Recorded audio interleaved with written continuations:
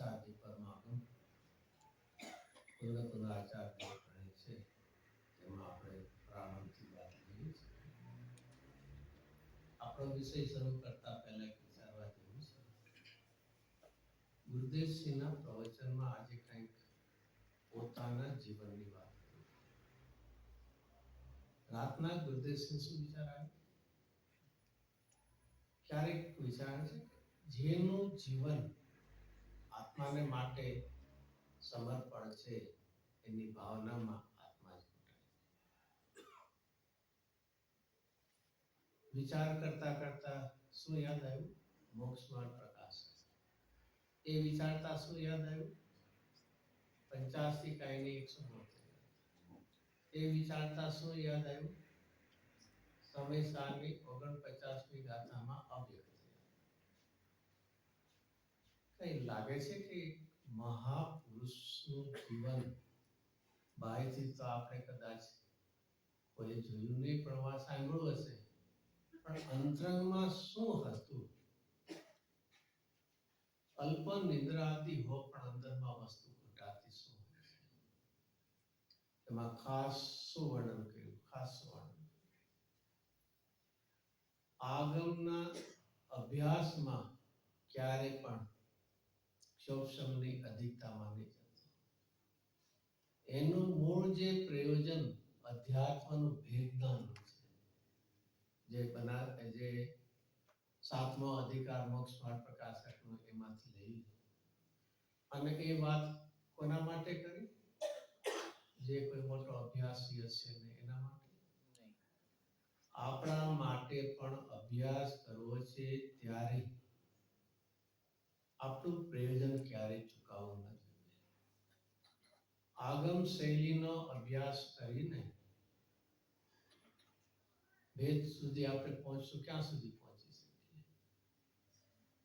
ગુણસ્થાન કેટલા? 14. માર્ગના સ્થાન 14. જીવસ્થાન 14. અરે આ બધા આગમ શૈલીનો અભ્યાસ કર્યો. અભ્યાસનો નિષેધ નથી, પણ એમાંથી અંતે પહોંચવાનું છે ક્યાં? વિતરાગ. જેનું જીવન ભેદમાંથી અભેદ તરફ જાય છે, વિભાવમાંથી સ્વભાવ તરફ જાય છે, અને એમાં પછી આગળ આગમ શૈલીમાંથી બીજી કઈ લીધી? અધ્યાત્મ શૈલી. બે શૈલીની મુખ્યતા શું હોય છે? બેનો એટલે મુખ્યતા એટલે એનો હેતુ શું હોય છે? આગમ શૈલીમાં વિસ્તાર છે, અધ્યાત્મ શૈલીમાં સંકેલો છે. આગમ ક્યાં સુધી કરી શકે? એક વિચાર કરીએ, 4 અનુયોગ છે, એમાં પહેલી તો મુખ્યતા લઈએ, કથાનું યોગ છે, એમાં શું વિસ્તાર આવે? જીવે કરેલા શુભાશુભ ભાવનું ફળ શું છે? કર્ણાનું યુગમાં શેનું આવશે? જીવોના ભાવના નિમિત્તે થતા દ્રવ્ય કર્મની સુસ્થિતિ છે, અને પરિભ્રમણ માટે ક્યાં આખું લોકની વર્ણન. અને ચરણાનું યોગમાં સાધક દશામાં મુખ્યપણે એના કેવા પરિણામ હોય? શ્રાવક દશા હશે તો અણુવ્રત, મુનિ દશા હશે તો મહાવ્રત. અને એ રીતે એ પહેલાના જીવનમાં પણ ઘણા જનતાએ વ્રતાદિ ક્યારે હોય? કેટલામ ગુણસ્થાને હોય? 5માં હોય. અને અમે તો હજી કેટલામ ગુણસ્થાને છીએ? પહેલા છીએ. એટલે અમારે માટે તો બધી એમ જ હોય ને. શું કહીને આપણને, કારણ કે આપણે તો પહેલા છીએ, પહેલા ગુણે તો પાકું છે ને. અને વ્રતનું વર્ણન અણુવ્રતનું કોના માટે છે? અરે જેને ક્યારે કલ્પના આવે છે? વિતરાગ માર્ગ એટલે કે અણુ માત્ર પણ જ્યાં રાગ કરવાની છૂટ નથી, અને તું રાગમાં એકાકાર ગતિ થઈ ગયો તો માર્ગની શું નથી? પરિણામની પાત્રતા નથી. સમ્યક દર્શનની વાત તો બહુ દૂરની રહી પાત્રતા. તે ચરણાનુયોગમાં પણ વિસ્તાર આવશે. તો દ્રવ્યાનુયોગમાં હવે અધ્યાત્મ શૈલીમાં એ જે ભેદનું જ્ઞાન કે બધાનું કરીને અંતે સર્જના પર આવ્યું હતું, ગુરુદેવ શબ્દ લીધો હતો. જે આખું પ્રથમાનુયોગ, કર્ણાનુયોગ, ચરણાનુયોગમાં છે પર્યાય અપેક્ષાની વાતની. અહીંયા આખી સ્વભાવ દ્રષ્ટિની વાત છે. દ્રવ્ય દ્રષ્ટિની મુખ્યતાથી વાત આવે અને જેનાથી વેદનાનું કારણ બને છે. અંતે બધાનું છે પણ આ સીધું અને એટલા માટે ટોડરમલજીએ સમ્યક દર્શન માટે પેલા ક્યાં સ્ટેજ ક્યાં લીધા? પેલા કોણ લીધું છે? 4 વાત લીધા છે. દેવ શાસ્ત્ર ગુરુ, પછી એમણે કહેલા 9 તત્વો, પછી ત્રીજું શું આવ્યું? સફર વેદના. આજે ગુરુદેવસિંહ જે વાત કરી ત્યાં પહેલું દેવ શાસ્ત્ર ગુરુને નક્કી કરજે, પછી એમણે કહેલા તત્વ બધું જ આવશે. 6 દ્રવ્ય આવશે, 7 તત્વ આવશે, 9 પદાર્થ આવશે, પણ એમાંથી પછી ક્યાં પહોંચવું છે? આ ભેદનો અભ્યાસ કરીને પોતાને ભેદ જ્ઞાનનો જો પ્રયોજન છૂટી જાય છે તો એ ધારણા જ્ઞાન બની જશે. એ ચાહે સો ક્યાં સુધી પહોંચી શકે છે? 11 અને 9 પૂરો સુધી પહોંચે. પ્રાથમિક ભૂમિકામાં બધો વિસ્તાર હોય છે. કાપડનો વેપારી હોય, કાપડનો અહીંયા ખબર હશે કે નહીં, કોઈ કસ્ટમર આવ્યો હોય તો શું કરે? એટલે ઓલું રેડીમેડ ના નહીં પણ આખો જથ્થા બનાવે ને એને તાકો કે ના આમ કેવો કરીને ખુલ્લો કરીને બતાડે ને, પછી કદાચ એમ ન લેવું હોય તો શું કરે? પછી ગુજરાતી એમ કહે ને ડૂચો વાળીને મૂકી દે એમને. તો શું કરે? ફોલ્ડ અનફોલ્ડ જેને કહો તમે, તો જેમ ફોલ્ડ કરતા આવડવું એવી રીતે શું કરતા આવડવું જોઈએ? સંકેલતા પણ આવડવું જોઈએ. એમ ભેદના અભ્યાસમાં પ્રારંભ હોય છે, પણ અંતે ક્યાં પહોંચવું છે? સપરના ભેદના. અને તો પછી શેની પ્રાપ્તિ થાય છે? સ્વાનુભૂતિની. એ વાત પણ ગુરુદેવ લીધી અને એના ઉપરથી 50 કાયની 172 ગાથા વાત કરી ને, ચારેય અનુયોગનું તાત્પર્ય શું છે? વિતરાગ છે. એનાથી પણ આગળ લીધી વાત 49 ગાથામાં 6 અવ્યક્તના બોલમાં હું જીવ છું અને મારી અપેક્ષા આ બધા શું કહેવાય છે? જીવ છે ને. અજીવ ક્યાંથી કહેવાય? દેવને, ગુરુને, બીજા જીવોને, સિદ્ધ ભગવાનને અજીવ કહેવાય? જીવ છે કે નહીં? એ પણ જીવ છે કે નહીં? તો પછી કેમ ના પાડે? અજીવ કેમ કહેવાય? આપણને આપણી અધિકાર એટલે બીજાને ગમે એમ કહેવાય. આ અજીવ કહેવાનો હેતુ એનાથી ભિન્નતાનો ભેદના માટે એમને જડ સિદ્ધ નથી કરવા. કોઈને એમ થાય આવું બધી શૈલી કેમ હશે? અધ્યાત્મની ખાસ તો શૈલી છે અધ્યાત્મની. રાગ એ શું છે? ખરેખર રાગ શું છે? જીવના ચારિત્ર ગુણની વિભાવપણતીનું નામ રાગ છે. અને સમય સારમાં એને નિરંતર આમ ઘણી જગ્યાએ શું નામ આપવામાં આવે? ઉદ્ગલના પેડ. કોઈને વાંચવા હોય તો 50 થી 55 ગાથામાં 29 બોલ છે. બધામાં શરૂઆત ક્યાંથી લીધી ખબર છે? વર્ણાદિ ગુણ સ્થાનાંત ભાવો જીવના વ્યવહારથી, પણ કોઈ એ ભાવો નથી આત્મા તણા. વર્ણથી લઈને, વર્ણ એટલે ઉદ્ગલમાં રંગ, અને વર્ણથી લઈને ક્યાં સુધી? ગુણસ્થાન. બધાને એક નામ શું આપતા હતા? ઉદ્ગલ દ્રવ્યના પરિણામમય હોવાથી. શબ્દો શું આપણે? તો ગુણસ્થાન ઉદ્ગલ ને હોય. ગુણસ્થાન કોને હોય? કોને હોય? નહીં, પ્રશ્નમાં પૂછું ને, કોને હોય? આ આખી એક ટોચનું શાસ્ત્ર, એની શૈલી સમજવી. જ્યાં જેવો અર્થ હોય સમજવો જોઈએ. વિકલ્પનો અર્થ શું કીધું? વિકલ્પનો અર્થ રાગ પણ લઈ લેશે છે. ચિંતન એટલે એમાં વિકલ્પ રાગ પણ લેવાય છે અને ચિંતનના અર્થમાં જ્ઞાન પણ લેવાય છે. જ્યાં જે પ્રકાર હોય એ પ્રકારે.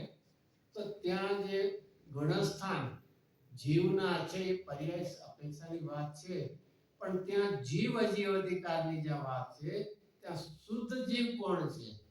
કે શુદ્ધ જીવને જો જોવા જશું તો એમાં કોઈ ગુણસ્થાનના ભેદ જ દેખાતા નથી, અને તેથી મારામાં નથી તો ક્યાંક તો છે કે નહીં?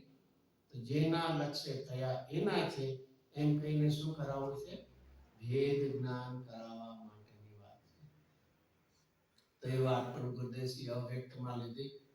જીવ તો એમ માનીએ કે બધાને આપણે જીવ માનશું. હું પણ જીવ છે ને આ બધા જીવ છે.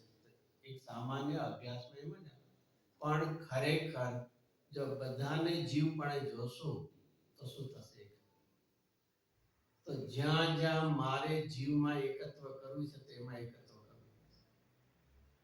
સમ્યક દર્શન કોના આશ્રય થશે? જીવના આશ્રય. તો મેં તો જીવ અહીંયા પણ ન્યાય થાય પૂછે તો મારો ઉપયોગ ક્યાં જશે? બહિર્મુક્તામાં. તો એ અપેક્ષાએ સ્વપરના ભેદ જ્ઞાન માટે હું જીવ છું. મારા જેવું જીવત્વ એનામાં છે પણ મારું જીવત્વ નથી.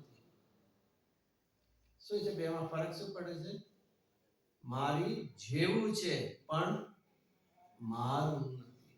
અને એ અપેક્ષાએ મારે જીવનો આશ્રય મારા જીવત્વને ઓળખવું છે તેના માટે તો એક આ બધી શૈલી અધ્યાત્મની હોય છે. એ સાથે ગુરુદેવશ્રીજી ભેદના કરવા માટે શું લખતા હોય? હું જીવ દ્રવ્ય છું તો આ બધા અદ્રવ્ય છે. હું અસંખ્ય પ્રદેશી અખંડ છું તો અક્ષેત્ર છે. હું સ્વકાળ છું તો એ પ્રકાળ છે અથવા અકાળ છે. હું ભાવ સ્વભાવ રૂપ તો એ અભાવ. આમ કહીને બેની શું કરાવવાની હોય છે? ભેદ જ્ઞાન કરાવવાનું હોય છે. અને અવ્યક્તમાં શું લીધું? આત્મા વ્યક્ત છે કે અવ્યક્ત છે? આ બધી માથાકૂટ જે હશે એ મારે નહીં. મારે કેટલા ટકા એમ બીજો શૈલીઓ છે. ફરીથી આપણે કામ લીધું તો બીજો કળશ દેખાડ્યો હતો. બીજા કળશમાં પહેલો શબ્દ કયો હતો? અનેકાંત અનંત ધર્માત્મક. અને બીજી લાઈનમાં શું છે? અનેકાંતમય મૂર્તિ. વસ્તુ કેવું છે? અનંત ધર્માત્મક. અને એને સમજાવવા માટે શું છે? અનેકાંતમય. તો હું મારા સ્વભાવથી જોઉં તો હું કેવો છું? વ્યક્ત છું મારા. પણ જેમ બાહ્યમાં પદાર્થો વ્યક્ત છે એવો હું વ્યક્ત નથી. હું કોઈ પરલક્ષ જણાય એવો હું નથી. તો એ અપેક્ષા હું કેવો છું? અંતર્મુક્તા એવો જાણવામાં આવે એવું છું. માટે કેવો કીધો? અવ્યક્ત. અને એમાં આચાર્ય દેવે એક જ વ્યક્તના અવ્યક્તના શબ્દમાં અમૃતચંદ્રાચાર્ય કેટલા બોલ કાઢ્યા? 6 કાઢ્યા છે. એ ખાસ કદાચ યાદ હશે. 6 બોલ અવ્યક્તના કહેવાય. સમયસારની 49 એને કઈ બીજી ખાસિયત નહીં, સ્પેશિયાલિટી શું છે? એ 49 ગાતા બધા પાંચે પરમાત્મા છે. 5 અવ્યક્તની. પૂજ્ય ગુરુદેવશ્રી રાત્રિના સુતા પહેલા અને જાગૃત થાય ત્યારે સ્મરણ કરતા. શું સ્મરણ કરતા? કેટલા હતા એની સંખ્યા? નહીં, 175 આઈટમ છે. કેટલી છે? સૌથી પહેલું એમાં સમય સારજીની 1 થી 16 ગાથા. થોડો વાંધો નથી? થોડી 16 ગાથા એટલે કઈ રીતે વિચારવા જેવું છે? પ્રાકૃતની મૂળ. આપણને તો ગુજરાતી નહીં આવડતી. શું છે પ્રાકૃતની મૂળ? પછી સમય સારની 47 શક્તિ. પ્રવચન સારને 47 નહીં. સમય સારને 6 અવ્યક્તના બોલ જે 49 ગાથામાં છે. એના પછી પ્રવચન સારના અલિંગ્ર. આ સિક્વન્સ આજ હોય એમ નથી, પાછું ટોટલ કરવા માટે. પ્રવચન સારની 172મી ગાથામાં 20 અલિંગ્રહના બોલ. એના પછી 24 ભગવાનને યાદ કરે. અને એમાં પણ ખાસ કરીને પોતે બાલ બ્રહ્મચારી પુરુષ હતા તો બાલ બ્રહ્મચારી 5 તીર્થંકરોને એ બધાનો જો ટોટલ. બીજા એક શ્રીમદજીના 10 બોલ. સ્વદ્રવ્ય અન્ય દ્રવ્ય જેવો સ્વદ્રવ્યનો ધારક ધરાતી તાવ ગ્રાહક થવા 10 બોલ છે. અને એ રીતે બધાને સમાપ્ત કરીએ તો કેટલા થાય? 150. કોઈને એમ થતું આવું કેમ? આપણે બધા બુદ્ધિશાળી બહુ ને એટલે શું કરીએ? પહેલો શું કરીએ? શું મૂકીએ? ક્વેશ્ચન. કારણ કે હોશિયાર ક્યારે પણ એ પાછળની ભાવના વિચારતા નથી. આ એવા વિષયો છે કે જેના પર જેટલું ચિંતન કરે એટલું લાંબુ ચાલી શકે. એક શક્તિ ઉપરથી કેટલો વિચાર કરી શકે? એક અવ્યક્તના બોલમાં અવ્યક્ત પોતાના આત્માને અવ્યક્ત સિદ્ધ કરો તો વ્યક્ત સામે કોને કોને સિદ્ધ કરે? છદ્ર સ્વરૂપ લોક વ્યક્ત છે. કારણ કે બાઈમાં બહિલક્ષી જ્ઞાનમાં પણ દેખાય છે. એનાથી વ્યક્ત કોને કીધું? કસાયનો સમૂહ. કારણ કે વેદનમાં આવે છે માટે વ્યક્ત છે, હું અવ્યક્ત છું. પછી શું છે? એક સમયની પર્યાય પ્રગટ થાય છે માટે વ્યક્ત છે, હું તો અવ્યક્ત રૂપે અખંડ રૂપે રહું છું. તો કઈ ભૂત ભવિષ્યની કોઈ કે ભૂત ભવિષ્યની પર્યાય? તો કે ભૂત ભવિષ્યની પર્યાય ક્યાં છે? ભૂત ભવિષ્યની. આ બધું બહુ અઘરું લાગે ને, એને કરતા કઈ ઈઝી હોય તો સારું. અઘરું નથી, થોડોક અભ્યાસ કરશું તો જ્ઞાનનું કાર્ય છે અઘરા લાગતાને સહેલું કરે છે, અવ્યક્તને વ્યક્ત કરે છે. એ જ્ઞાનનું તાકાત છે. પ્રકાશનો તાકાત છે કે જે ન દેખાતો એને પ્રસિદ્ધ કરે છે. જ્ઞાનનો તાકાત છે જે અશક્ય લાગે છે એને પણ શું કરી દે છે? જ્ઞાનને માટે છુપું શું હોય? કોઈ કે કોઈ એક વસ્તુ એવી છે કે કોઈ ખબર જ ન પડે તો શું કરે? અમે એક વસ્તુ એક જગ્યાએ એવી ઊંડી દાટી દીધી છે અને એના ઉપર અમે શું કરી નાખ્યું છે? એકદમ સ્લેબ નાખીને એવી એકદમ કરી નાખી અને એવા અંધારી ગુફામાં બધું કે કોઈને કઈ એ વાત તો સાચી નહીં. શું હજી આનાથી વધારે ડેફનેસ કેવું હોય તો હજી કહો, તમે જે કહો. અરે પહેલું તો શબ્દ, કોઈને શબ્દ વાપરવો નહીં. તને ખબર છે ત્યારે તો તું વાત કરે છે. જ્ઞાનનું સામર્થ્ય છે જ્ઞાનને બહાર અજાણ્યાપણે ન ખબર પડે એવું ક્યારેય હોતું. અહીંયા આપણે અવ્યક્ત ઉપર આવી જઈએ. ચોથો બોલ છે, ચાલો જોવું હોય તો સાથે ખોલી જોઈએ તો વધારે સહેલું પડશે. પાનું ક્યાં જરૂર નથી. 49 જાતિ વર્તનની છે. એડિશન જુદી જુદી કદાચ હોઈ શકે. પેજ નંબર 101 સમય સારમાં પેજ નંબર મારા એડિશનમાં 101 છે. કોઈનામાં 49 ગાથા કાઢો, પછી એક એક ટીકામાંથી એક એક આગળ જતા જાઓ. પહેલા અરસ આવશે, પછી અરૂપ આવશે, પછી અગંધ આવશે, પછી અસ્પર્શ આવશે, પછી શબ્દ પર્યાય, પછી અનિર્દિષ્ટ સંસ્થા અને છેલ્લે હવે અવ્યક્ત વિશેષણને સિદ્ધ કરે છે. મળે છે એવું શબ્દો મેળા. એમાં જો પહેલો બોલ હતો શું છે? છદ્ર સ્વરૂપ જે ને છે 12માં પૂતગલ આદિ બધા કેવા છે? 12માં છે બહિર જ્ઞાનમાં પણ સ્થૂળ જ્ઞાનમાં પણ કેવા છે? જણાય. અને એમાં શું કેવો છું? એનાથી શું છે? હું એનાથી તન્મય છું કે એનાથી જુદો છું? ફરીથી આ લોજિક છે. ફરીથી છ દ્રવ્ય કેવા છે? આમ પૂતગલ બધું જણાય છે કે માટે વ્યક્ત એટલે આમ આઉટસાઇડ આપણને ખબર પડે, જણાય એવી. અને વ્યક્ત એટલે છુપાયેલો, હાઈટ જો થોડો. તો છ દ્રવ્ય સ્વરૂપ જણાય એવા છે લોક માટેનું નામ કીધું વ્યક્ત. હવે એમાં હું તન્મય છું કે એનાથી જુદો છું? જો હું જુદો છું તો એને વ્યક્ત કહેવાય, તો મને કેવો કહેવાય? અવ્યક્ત. અને આનું નામ જ સ્વાત્માનુભવ મનનમાં ધર્મદાસ શિક્ષક શું કહે છે? આત્મા સપ્તમા દ્રવ્ય. અહીંયા પહેલા પદમાં કોને કોનાથી જુદો દેખાડ્યો? છદ્ર સ્વરૂપ જે વ્યક્ત છે એનાથી શુદ્ધાત્માને. કારણ કે આ જે આખી ગાથા છે ને એ કોના માટેની છે? એનું ટાઇટલ કદાચ વાંચ્યું, યાદ થોડુંક તો યાદ તો રાખવું પડશે ને. પણ શું છે, મેમરીમાં બધું એટલું બધું ભરાણું છે કે આના માટે કોઈ સ્પેસ હવે રહેવા દીધી નહીં. દુનિયાભરની હોય ને અહીંયા પણ કોના ઉપર એટેક કર્યો ને બોર થશે ને શું થશે ખબર નહીં. તારા આત્માને સાથે દુશ્મન રાગે હેરાન કરે એનું કેમ પેલો વિચાર નથી? ત્યાં ભૌગોલિક થાય છે કે જે તે કઈ રાગમાં તું આજ મુદ્દે પોઝ લીધું છે. ભયંકર દુખી ધિક્કાર કીધો છે શબ્દ આવ્યો તો કલશમાં. કોને ધિક્કાર કીધો હતો? કોને કીધું હતું? કોઈ હશે, કોઈ એવું નારકી જીવ હશે, કોઈ તિર્યકનો હશે. જે કોઈ પરદેવમાં મારા પણ માને છે મિથ્યાત્વી આચાર્યને કે આવા જુદા પદાર્થ છે એમાં તને એક પણ માને છે. તું ધિક્કાર છે. જેમ કહે ને તું આવો હાઈલી એજ્યુકેટેડ માણસ છો અને આવી સિલી મિસ્ટેક કરે છે તેના પ્રત્યે શું થાય?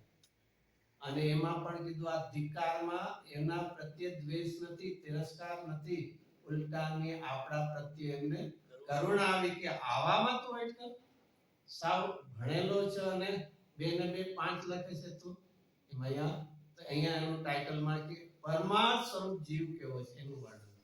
તેમાં 6 દ્રઢ સ્વરૂપ લોક અને એનાથી હું જીવ. હવે સેકન્ડ કસાયનો સમૂહ જે ભાવક ભાવ. કસાયનો સમૂહ એટલે રાગ દ્વેષ મોહ કોન્સ્ટન્ટ આપણે જે કરી રહ્યા છે એના આપણે શું કરીએ છીએ? એનો શું કરીએ છીએ? વેદન. ઓલામાં પહેલા બોલમાં શું હતું? જ્ઞેય. હવે કોનું વાત આવી? વેદનની. કે જે જ્ઞેય છે એનાથી જુદો, રાગ જે વેદનમાં આવે છે એનાથી પણ હું જુદો છું, એકમેક છું. જેનાથી હું એકમેક તન્મય હોઉં એનાથી ક્યારે ભેદ નહીં કરી શકું. સાકર જે સબસ્ટન્સ છે એને મેટર અને એનું જે કેરેક્ટરિસ્ટિક જે છે ક્વોલિટીઝ છે સ્વીટનેસ બેને ક્યારે જુદા કરી શકાય કે નહીં?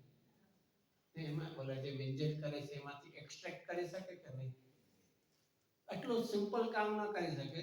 સુગર છે એમાંથી સ્વીટનેસ એક્સટ્રેક્ટ કરી શકે કે નહીં? કરે કે નહીં? આટલું બધું સાયન્સ આટલું આગળ વધ્યું છે, બધું કરે છે. તો એ કેવા છે ભાઈ? એકમેક. જે મારું હોય તે મારાથી જુદું પડે નહીં અને જુદું પડે તે મારું. ઘણી વાર બધે સાથે સાથે શું કહેવાય? બેઝિક પ્રિન્સિપલ છે, બોટમ લાઈન પ્રિન્સિપલ બધાને. આ તો પહેલા નિશ્ચિતપણે એવા નક્કી થઈ જવાય છે કે અડધી રાત્રે કોઈ પૂછે ને તો આ શબ્દ આવે. તો અહીંયા કોને બીજો બોલ લીધો? કસાયનો ભાવ રાગ. એ પણ મારું સ્વભાવ સ્વરૂપ નથી. જો એની સાથે હું તન્મયપણે હોઉં તો સદાય રહેશે. તો એ કેવા છે? વેદનમાં આવે. અને હું ત્રિકાળી ભગવાન આત્મા કેવો છું? ત્રિકાળીનું અવલંબન હોય અને વ્યક્ત પર્યાયનું વેદન હોય.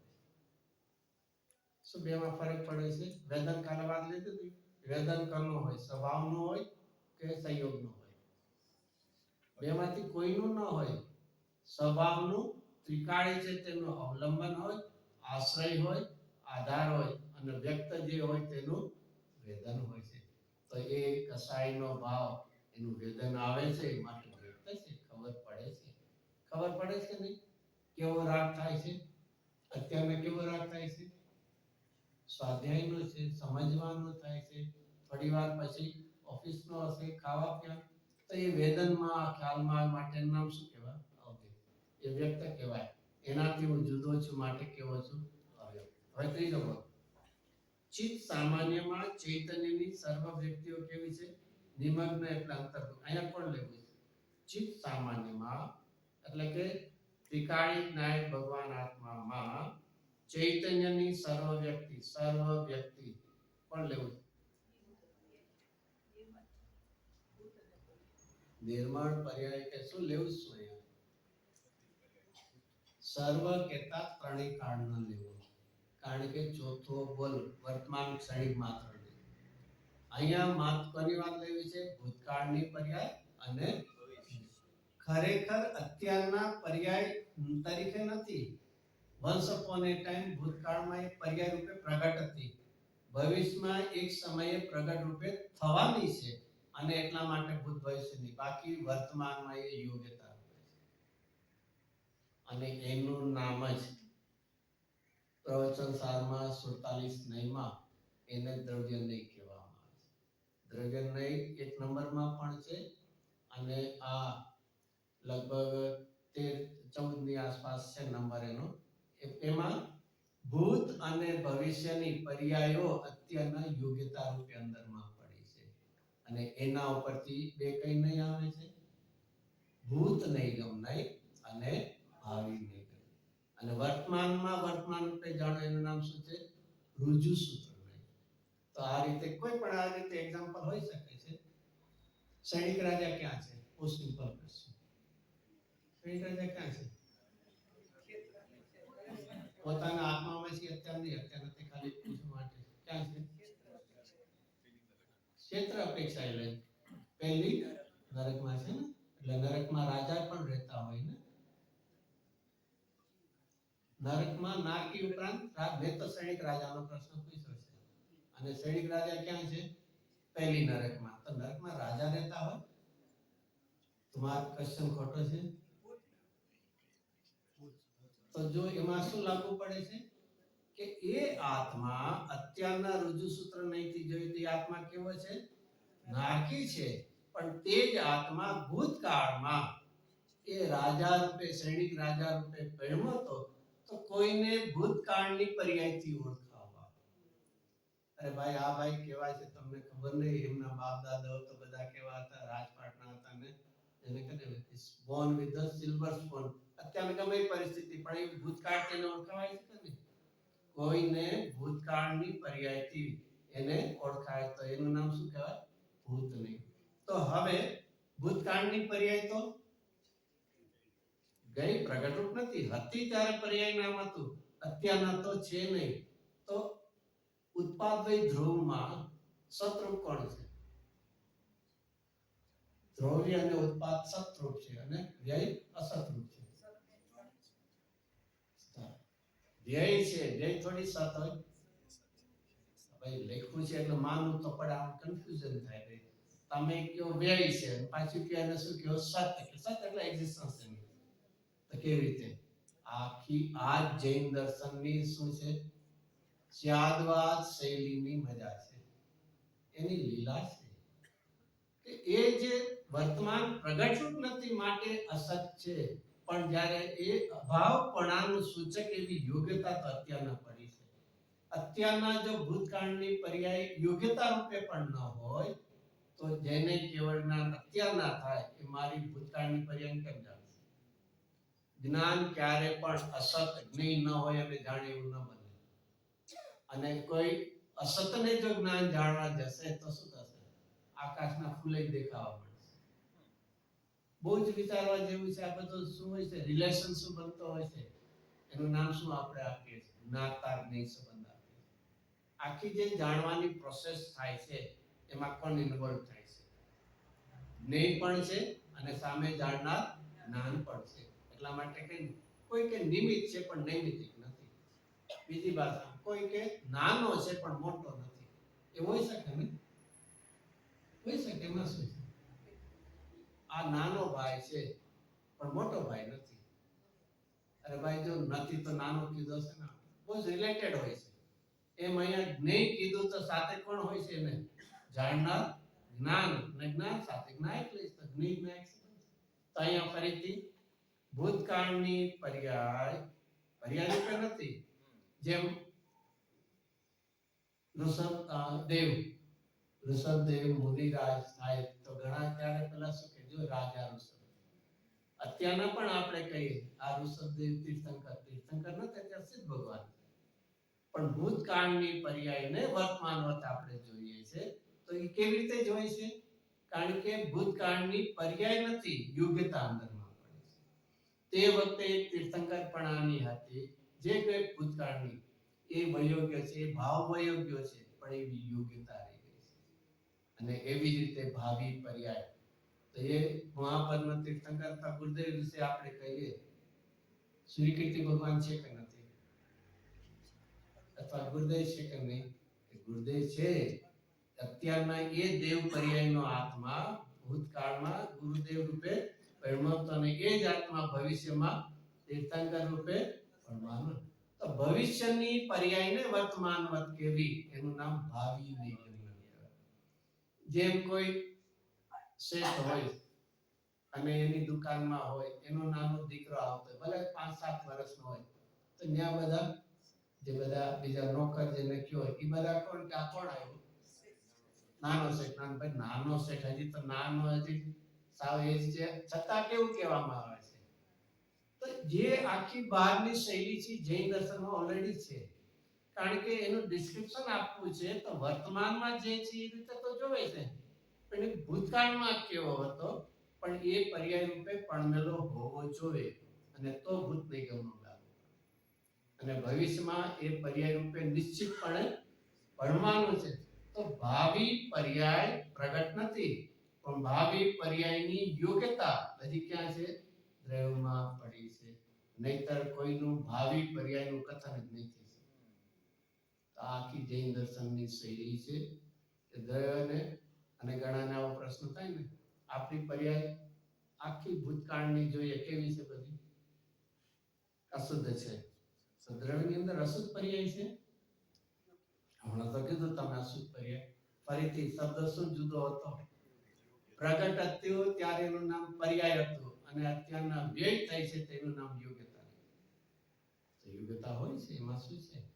પણ જે ઉદય ભાવ હતો એ વ્યય રીતે આવી શૈલી અહીંયા ચલો બહુ વિસ્તાર તો છે, પણ ક્યારેક બહુ જ વિચારવા જેવું છે. અઘરું લાગતું હશે. બેઝિકલી અઘરું એટલા માટે લાગે છે, ચોથી ગાથા પ્રમાણે કહીએ, સાંભળ્યું છે પણ પરિચય નથી કરતા. શું છે? એકાદ વાર વંશો પર શું કે વંશીને વંશીને પણ ક્યારે શું કરીએ છીએ? એનાથી નેક્સ્ટ સ્ટેપ શું છે? પરિચય કરવાનો. તો વારંવાર વાંચ, જે વિચારવું એવું કરતા નથી. એટલે હંમેશા શું થાય છે? ડિફિકલ્ટ થાય. બહુ જ લોજિકલ કરીને બધી વાત છે એમાંથી કહેવાનો તો આગળ હજી વિસ્તાર કે આટલી બધી ગુરુદેવ યાદ કરતા હશે શા માટે? વિચારણા. અને એવી જ વિચારણાથી વાત ચાલતી હતી, એ અધ્યાત્મ શૈલીની વાતની ચાલતી હતી. એમાંથી ગુરુદેવશ્રીને પંચાસ્તિકા યાદ આવે, મોક્ષમાર્ગ પ્રકાશકનો 7મો અધિકાર આવે કે આગમ શૈલી માંથી એક અધ્યાત્મ શૈલીમાં ભેદનાના પ્રકારમાં નથી જતા, તો આગમ શૈલીનું જ્ઞાન એક સક્ષમ કરી જાય છે. એ પ્રયોજન તરફ પહોંચતું નથી, અને એમાંથી અવ્યક્ત તરફ આપણને લઈ ગયા હતા. ચલો આપણે આપણા વિષય ઉપર આવી જઈએ. પહેલું જ પાની લાસ્ટ 2 લાઈન છે. આપણે પહેલું જયચંદજી મંગલાચરણ કરી લીધું, અને પછી પોતે કહે છે કે આ સમયસાર શબ્દ બ્રહ્મ છે, બતાવે છે કોને? પરબ્રહ્મને. અને બે વચ્ચેનો રિલેશન શું છે? એક વાચક. વાચક એટલે કેનાર, ધ વર્ડ, અને એનું વાચ્ય એટલે ન્યા સબસ્ટન્સ છે, મેટર જેમ કહીએ, સાકર, ધેટ ઇઝ વર્ડ. અને એક સફેદ પદાર્થ છે, એનું નામ શું કહે? વાચક. and that વાચક leads to the વાચ્ય. તે વાત કરીને કે મંગળ રૂપે તો પ્રસિદ્ધ છે, અને એની હું પ્રાપ્તિ શેના માટે? ધર્મની પ્રાપ્તિ. હવે કેવી રીતે ધર્મ પ્રાપ્ત થાય? લય નય સાર લહે શુભવાર. જો પહેલી વાત શુભવાર એટલે વાર વાર વાર એટલે ઓલું કપડાને વાર નહીં, વાર એટલે ટાઈમ, ડે. ડે ઇંગ્લિશમાં એટલે મંડે, ટ્યુઝડે. એમ તારો એક મંગલ દિવસ આવશે, છે ને? શુભ, શુભ વાર, મંગલ, અને વાર એટલે ડે. ક્યારે આવશે? who knows ક્યારે આવશે? who knows નહીં, ખબર નથી. મારે હજી ધર્મ કરવાને શું છે? વાર છે. નહીં, સિમ્પલ સ્ટેટમેન્ટ છે ને? વાર છે ને? હા કે ના? કેવું પડશે કાંઈ? અરે ભાઈ, વાર છે કે આજે વાર આવી ગયો છે, સોમવાર. તું વાર કે પણ વાર એક તમને એક ટાઈમ કહેજો જ્યારે કોઈ દી ડે નહીં હોય, વાર નહીં હોય, છે ને? નામ મંડે, ટ્યુઝડે, બધે એમાંથી એક દી વાર ડે નહીં હોય, એવો કયો દિવસ હશે? તારા માટે વાર તો આવી ગયો છે. પ્રમાદે તને વાર દેખાતો નથી. નહીં, નોકિંગ એટ ધ ડોર, કાંઈ દેખાતું ત્યાં. જ્યારે તારો અંદરનો ઉત્સાહ જાગશે, કાળ લગતી એટલે અંતરનો પુરુષાર્થ જાગશે, રુચિ જાગશે, અને એની સાથે શું છે? નય સાર. તને આ નિશ્ચય નયનું કથન છે, વ્યવહાર નયનું કથન છે, શુદ્ધ નયનું છે. નય એટલે કોઈ પોઈન્ટ ઓફ વ્યૂ થી, કોઈ એક એંગલ થી જોવાની વૃત્તિ છે. કોઈ પણ એક ઇવેન્ટ્સ હોય, એમાં ડિફરન્ટ પર્સન આવતા હોય, કોઈને પૂછે હાઉ યુ લાઈક ઇટ, તો બધાનું શું એક જ ઓપિનિયન હોય ને? નહીં, એક જ હોય ને? એક જ ઇવેન્ટ છે. આપણે બધા જેને ખાવાની વૃત્તિ હશે ને એમ કે અરે યાર ખાવાની બહુ મજા આવે. જેને કઈ બીજી જેને પ્રયોજન હશે એ હશે, લાગતું હશે, તો અહીંયા કહે છે પદાર્થ એક છે, એને જોવાના જુદા જુદા પોઈન્ટ ઓફ પણ એની કન્ડિશન શું છે? એમાં જે ધર્મ હોય એ પકડાય. જેનામાં ન હોય ન હોય. ન એટલે શું છે? એનામાં એવી કોઈ યોગ્યતા હોવી જોઈએ. જે વ્યક્તિને સંતાન હશે એને પિતા કહે છે, ગમે એને નહીં કહેતો. એટલા માટે આપણે આવ્યું હતું ને અનેકાંતની વ્યાખ્યા, વસ્તુમાં પેલા એ ધર્મ હોવો જોઈએ અને પછી એની વાત આગળ આવે. એમાં ધર્મ નથી તો પછી આગળ વાત તો નહીં. નિશ્ચય ને વ્યવહાર બધાનું કથન આવશે, એમાંથી સાર ગ્રહણ કરજે. તારો જો જેને કહે આત્મ પ્રાપ્તિનો નિકટતા આવી તો તેમાંથી સાર નિશ્ચય નહીં શું વાત છે એ ગ્રહણ કરશે અને એનાથી શું થશે? પદ પદ માર દહે દુઃખ. પદ પર્યાય જે દુઃખ કરનાર એવા વિકલ્પોની વિપરીત માન્યતા છે એ બધાનો નાશ થશે. પદ માર દહે બાળી નાખે છે. મિથ્યા માન્યતા જે દુઃખ કરનાર છે એને સમ્યક જ્ઞાન, નહીંનું યથાર્થ જ્ઞાન થતા અનાદિનું તને દુઃખદાયક એવો ભાવ છે, અભિપ્રાય છે, એ બધો કેવો થશે? નાશ થશે. આ બે અલાઈનમાં શું આવ્યું? અલાઈનમાં કોની વાત આવી? નહીં વાત આવી અને પદ માર એનામાં કોની? સમ્યક દર્શન, સમ્યક જ્ઞાન થયું. અને હવે ચારિત્ર લય પાર. લય એટલે શું? લીનતા આવી ગયું. ત્રણેય આવી ગયું. નહીં જ્ઞાન આવી ગયું, પછી મિથ્યાત્વ અજ્ઞાન જાય છે તેમાં શ્રદ્ધા આવી ગયું. લય આ પણ એક પ્રોસેસ છે. જેમ જેમ આત્મામાં લીનતા સ્થિરતા થશે તો શું થાય છે? ગ્રહે ભવદ, ભવના ધારણ કરનારને પાર પહોંચી જાય છે ને. પાર ભવના ધારણ કરવાથી એ કેવો છે? પાર પહોંચી જાય છે. અને અલ્ટિમેટ શું આવી ગયું?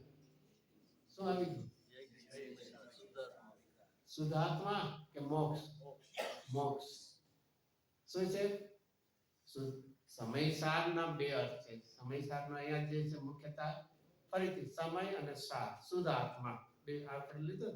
તો શુદ્ધાત્મા સમયસાર કઈ રીતે વપરાય છે? એક શક્તિ રૂપે અને એક પ્રગટ. શક્તિ રૂપે બધા પાસે છે, પ્રગટ રૂપે આ ફળ થાય છે કે જેને સમય દર્શન જ્ઞાન થયું, ચારિત્ર થયું. હવે કેવું પ્રગટ થયું? જય સમય સાર શુદ્ધ આત્મા એ કેવો છે? પ્રગટ થઈ જાય છે. આ રીતે જયચંદજીએ પણ સુંદર રીતે આખું મંગલાચરણમાં આખી વાત આપણને કરી દીધી. ચલો આગળ આપણે થોડું ચાલી ગયા. હવે એમાંથી થોડું આગળ લે છે. પાંચમું પદ ને છઠ્ઠું કે નામાદિક સટ ગ્રંથ. કોઈ પણ શાસ્ત્રની શરૂઆતમાં ગ્રંથ મુખ છે ને, એટલે ગ્રંથ શાસ્ત્ર છે, મુખ એટલે બિગિનિંગમાં. એમાં શું છે? સટ એટલે 6 પ્રકારના કે એનું શાસ્ત્રનું નામ શું છે, એનો કર્તા કોણ છે, કોના માટે બનાવ્યું, એનું કેટલું શું કહેવાય, એનું માપ કેટલું છે, મેજર કેટલું. અહીંયા જેમ 415 ગાથા એ પ્રકારના 6 ડિવિઝન થી આખી વાત આવતી હોય છે. તો શરૂઆતમાં અને તેમાં આઉટ ઓફ 6 માં એક મંગલ એટલે માંગલિક એ અહીંયા હોય છે.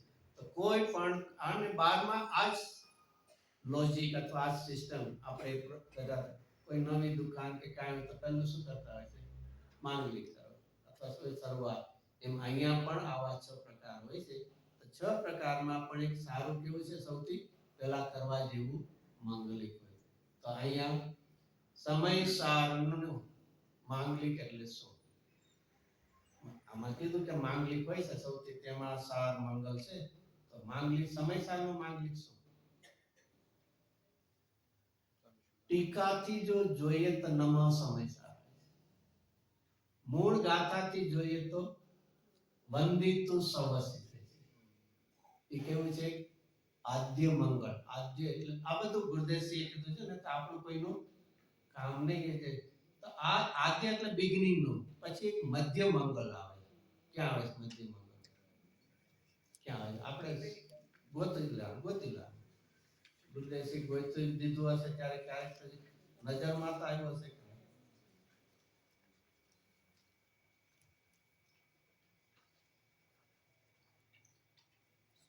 આશ્રમ અધિકાર છે, એમાં કલશ નંબર 122 અમારા પેજ છે 282.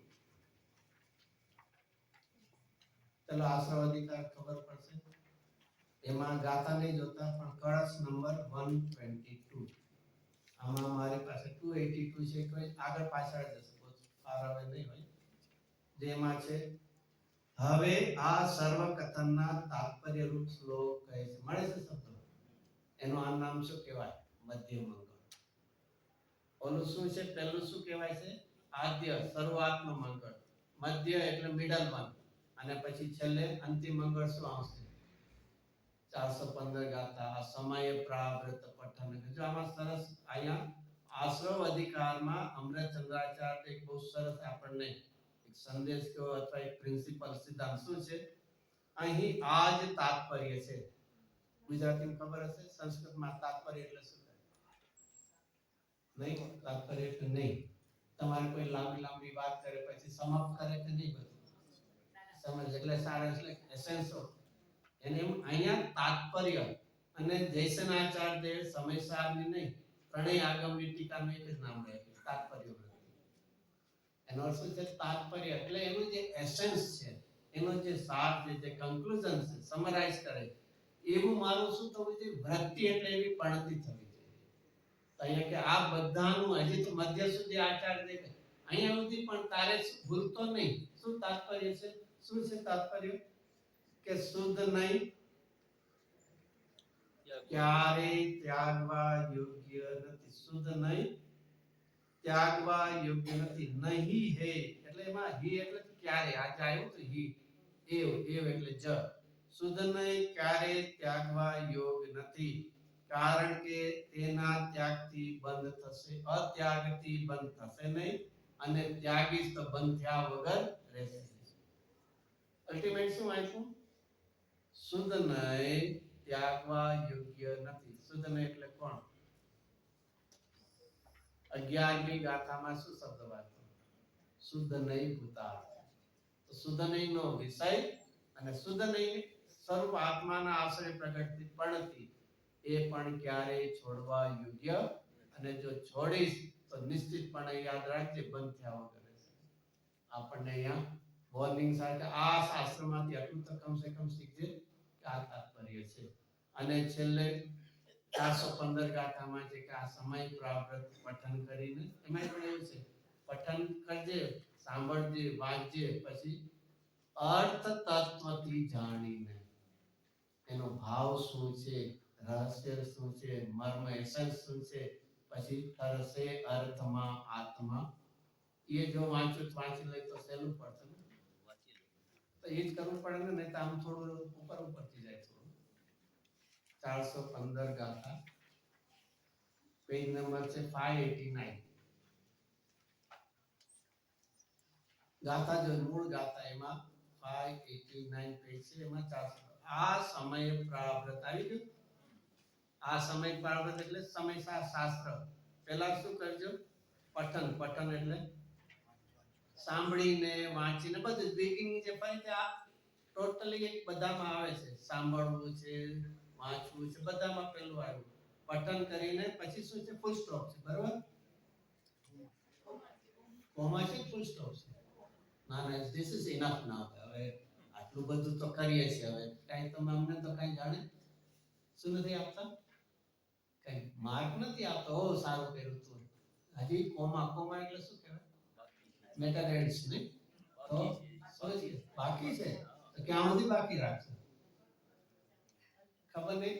એટલે અહીંયા કદાચ અહીંયા બધા મોટા થયા હશે એટલે જેને કે ઇન્ડિયન ગેમ્સ જે હોય ને, એનો તો ખો કહેવાય, ખો ગેમ કહેવાય. એમ સાંભળ્યું નહીં?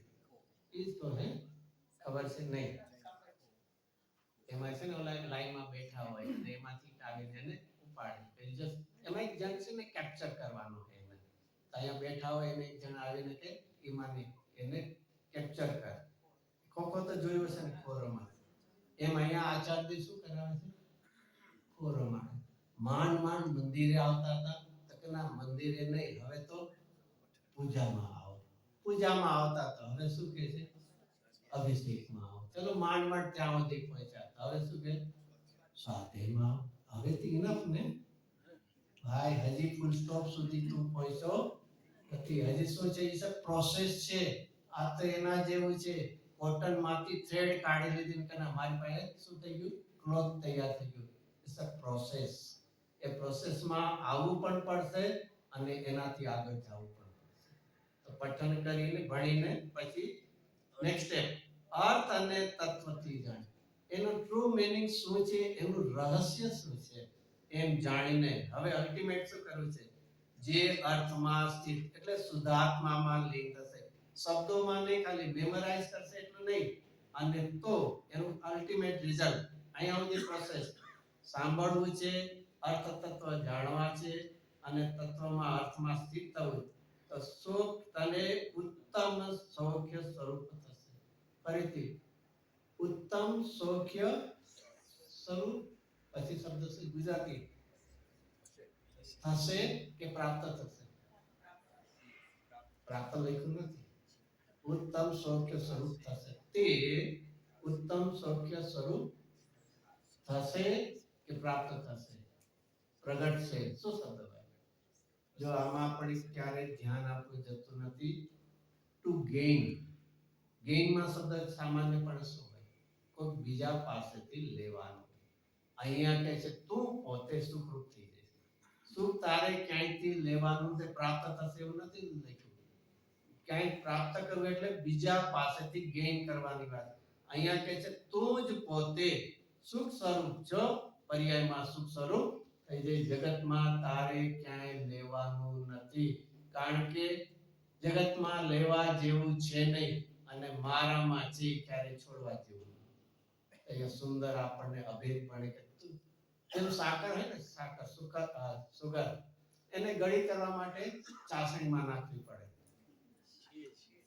આપણો કામનો એટલે કદાચ બીજા કરતા હશે એને તો પૂછી જો કે ભાઈ કોઈને પણ ગળી કરવા માટે શેમાં મૂકવું પડે ચાસણીમાં મૂકવું પડે ને બરાબર ને એવી રીતે સાકર નહીં ગળી કરવા માટે શેમાં મૂકવી પડે ન મૂકવી પડે આવી મૂર્ખામી કરે સાકર નહીં શેમાં નાખવા માંડ્યા છીએ આપણે ચાસણીમાં તું પોતે સુખ સ્વરૂપ છો અને આ જો પ્રોસેસ કરી તો તને સુખ પ્રાપ્ત થયા વગર રહેશે નહીં સુંદર આપણને છે ને વર્ડ બહુ ઈઝી લાગતા હોય પહેલા જો ટ્રુ મીનિંગ સુધી વિચારીએ તેમ થાય તારે જગતથી કાંઈ લેવા જેવું અને અભિપ્રાયમાં એવું છે બધું જગતમાં જ લેવા જેવું છે આની સુંદર રીતે વાત છે એનો વિસ્તાર